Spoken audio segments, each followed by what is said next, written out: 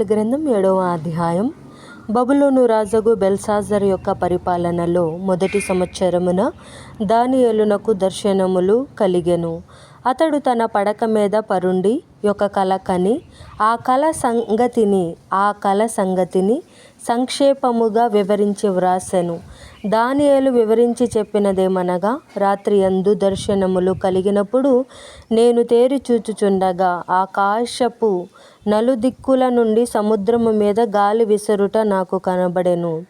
అప్పుడు 4 మిక్కిలి గొప్ప జంతువులు మహాసముద్రములో నుండి పైకెక్కెను. ఆ జంతువులు ఒకదానికొకటి భిన్నములై ఉండెను. మొదటిది సింహమును పోలినది గాని దానికి పక్షిరాజు రెక్కల వంటి రెక్కలుండెను.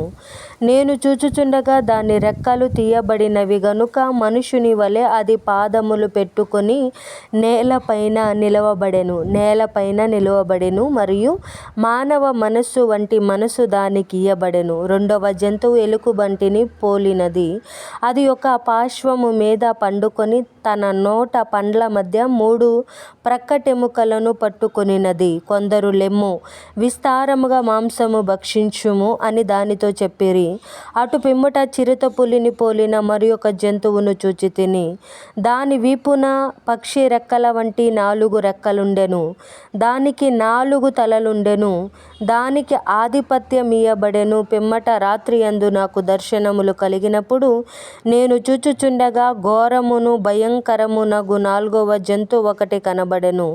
అది తనకు ముందుగా నుండిన ఇతర జంతువులకు భిన్నమైనది. అది మహాబల మహత్యములు గలది. దానికి పెద్ద ఇనుప దంతములును 10 కొమ్ములును ఉండెను. అది సమస్తమును భక్షించుచు తుత్తునియలుగా చేయుచు మిగిలిన దానిని కాళ్ళ క్రింద అణగద్రొక్కుచుండెను. నేను ఈ కొమ్ములను కనిపెట్టగా ఒక చిన్న కొమ్ము వాటి మధ్యను లేచెను. దానికి స్థలమిచ్చుటకై ఆ కొమ్ములలో 3 పెరికి వేయబడినవి. ఈ కొమ్మునకు మానవుల కన్నుల వంటి కన్నులును గర్వముగా మాటలాడు నోరును ఉండెను. ఇంకా సింహాసనములను వెయ్యుట చూచితిని. మహావృద్ధుడొకడు కూర్చుండెను. ఆయన వస్త్రము హిమము వలె ధవలముగాను ఆయన తల వెంట్రుకలు శుద్ధమైన గొర్రెబొచ్చు వలె తెల్లగాను ఉండెను. ఆయన సింహాసనము అగ్ని జ్వాలల వలె మండుచుండెను. దాని చక్రములు అగ్ని వలె ఉండెను. అగ్ని వంటి ప్రవాహము ఆయన యొద్ద నుండి ప్రవహించుచుండెను. వేవేల కొలది ఆయనకు పరిచారకులుండిరి. కోట్ల కొలది మనుష్యులు ఆయన ఎదుట నిలిచిరి. తీర్పు తీర్చుటకై గ్రంథములు తెరవబడెను. అప్పుడు నేను చూచుచుండగా ఆ కొమ్ము పలుకుచున్న మహాగర్వపు మాటల నిమిత్తము వారు ఆ జంతువును చంపినట్లు కనబడెను. తరువాత దాని కళేబరము మండుచున్న అగ్నిలో వేయబడెను. మిగిలిన ఆ జంతువుల ప్రభుత్వము తొలగిపోయెను. సమయము వచ్చు వరకు అవి సజీవుల మధ్యను ఉండవలెనని ఒక సమయము ఒక కాలము వాటికి ఏర్పాటయ్యెను. రాత్రి కలిగిన దర్శనములను నేనింకా చూచుచుండగా ఆకాశ మేఘారూఢుడై మనుష్య కుమారుని పోలిన ఒకడు వచ్చి ఆ మహావృద్ధుడగు వాని సన్నిధిని ప్రవేశించి ఆయన సముఖమునకు తేబడెను. సకల జనులును రాష్ట్రములును ఆయా భాషలు మాటలాడు వారును ఆయనను సేవించున్నట్లు ప్రభుత్వమును మహిమయు ఆధిపత్యమును ఆయనకియ్యబడెను. ఆయన ప్రభుత్వము శాశ్వతమైనది, అదెన్నటికిని తొలగిపోదు. ఆయన రాజ్యము ఎప్పుడునూ లయము కాదు. నాకు కలిగిన దర్శనములు నన్ను కలవరపరచుచున్నందున దానియేలను నేను నా దేహములో మనోదుఃఖము గలవాడనైతిని. నేను దగ్గర నిలిచి ఉన్న వారిలో ఒకని యొద్దకు పోయి ఇందును గురించిన నిజమంతయు నాకు చెప్పుమని అడుగగా అతడు నాతో మాటలాడి ఆ సంగతుల భావమును నాకు తెలియజేసెను. ఎట్లనగా ఈ మహాజంతువులు 4 అయ్యుండి లోకమందు ప్రభుత్వము చేయబోవు 4 రాజులను సూచించుచున్నవి. అయితే మహోన్నతుని పరిశుద్ధులే రాజ్యాధికారము నొందుదురు. వారు యుగయుగములు యుగాంతముల వరకు రాజ్యమేలుదురు. ఇనుప దంతములును ఇత్తడి గోళ్ళును గల ఆ 4 జంతువు సంగతి, ఆ 4వ జంతువు సంగతి ఏమైనదని నేను తెలుసుకొనగోరితిని.